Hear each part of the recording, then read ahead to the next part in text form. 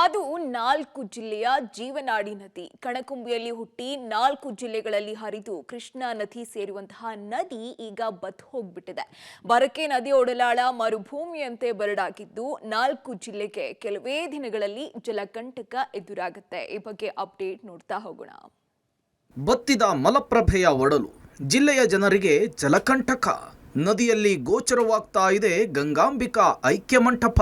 ಬತ್ತಿದ ನದಿಯಲ್ಲಿ ಕಾಣಿಸ್ತಾ ಇರುವ ಗಣಪತಿಯ ವಿಗ್ರಹಗಳು ಕಣ್ಣು ಹಾಯಿಸಿದಷ್ಟು ದೂರ ಬರಡು ಭೂಮಿಯಂತೆ ಕಾಣಿಸ್ತಾ ಇರುವ ಮಲಪ್ರಭಾ ನದಿಯ ಒಡಲಾಳ.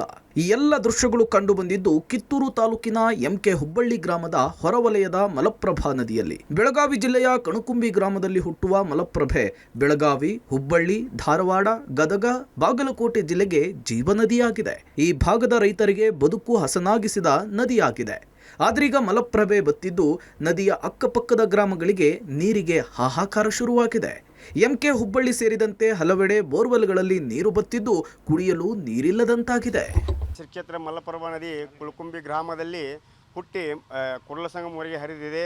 ಇದು ಬೆಳಗಾವಿ ಜಿಲ್ಲೆ, ಧಾರವಾಡ ಜಿಲ್ಲೆ ಹಾಗೂ ಬದಾಮಿ, ಬಾಗಲಕೋಟೆ ಎಲ್ಲ ಕಡೆ ಈ ನದಿ ನೀರು ಉಪಯೋಗವಂಥ ನೀರು.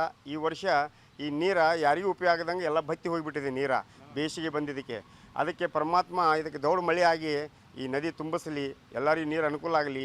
ಕೂಡಲಿಕ್ಕೆ ನೀರಿಲ್ಲದಂಗೆ ಇದೆ ಮತ್ತು ಜಾನುವಾರಿಗೆ ಸುದ್ದ ನೀರಿಲ್ದಂಗೆ ಇದೆ ರೀ. ಪೂಜೆ ಮಾಡಲಿಕ್ಕೆ ಸುದ್ದ ದೇವರ ಭಗವಂತನ ಪೂಜೆ ಪುನಸ್ಕಾರ ಮಾಡಲಿಕ್ಕೆ ನೀರಿಲ್ಲ, ಕುಡಿಲಿಕ್ಕೆ ನೀರಿಲ್ಲ.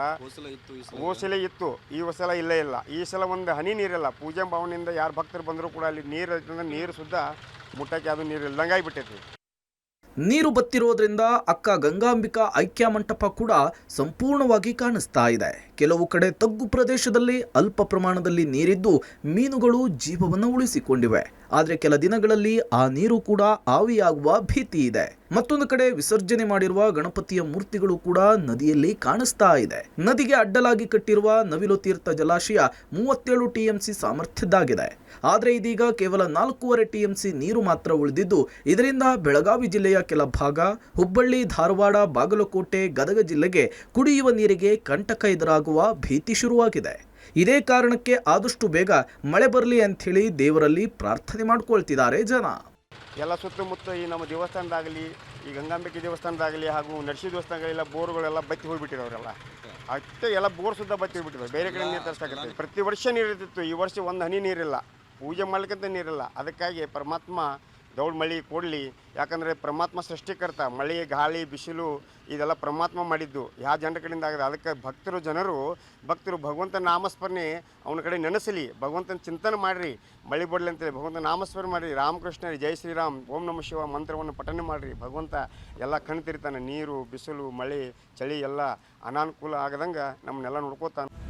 ದಿನೇ ದಿನೇ ಬಿಸಿಲಿನ ಪ್ರಖರತೆ ಹೆಚ್ಚಾಗ್ತಾ ಇದ್ದು ಇದರಿಂದಿರೋ ನೀರಿನ ಮೂಲಗಳು ಕೂಡ ಬತ್ತಿ ಹೋಗ್ತಾ ಇದೆ. ಕೆರೆ, ನದಿಗಳು ಬತ್ತಿ ಹೋಗ್ತಾ ಇದ್ದು ಇದರಿಂದ ಬೋರ್ವೆಲ್ನಲ್ಲೂ ಕೂಡ ಅಂತರ್ಜಲ ಕುಸಿದು ನೀರು ಬರ್ತಾ ಇಲ್ಲ. ಇದೇ ರೀತಿ ಸ್ಥಿತಿ ಮುಂದುವರೆದಿದ್ದಾದ್ರೆ ಆದಷ್ಟು ಬೇಗ ಬೆಳಗಾವಿ ಸೇರಿದಂತೆ ಸಾಕಷ್ಟು ಜಿಲ್ಲೆಗಳಲ್ಲಿ ಜಲಗಂಡಾಂತರ ಎದುರಾಗಲಿದ್ದು ಆದಷ್ಟು ಬೇಗ ವರುಣ ಕೃಪೆ ತೋರಲಿ ಎಂಬುದೇ ಎಲ್ಲರ ಕೋರಿಕೆಯಾಗಿದೆ. Dileep, public TV, Belagavi.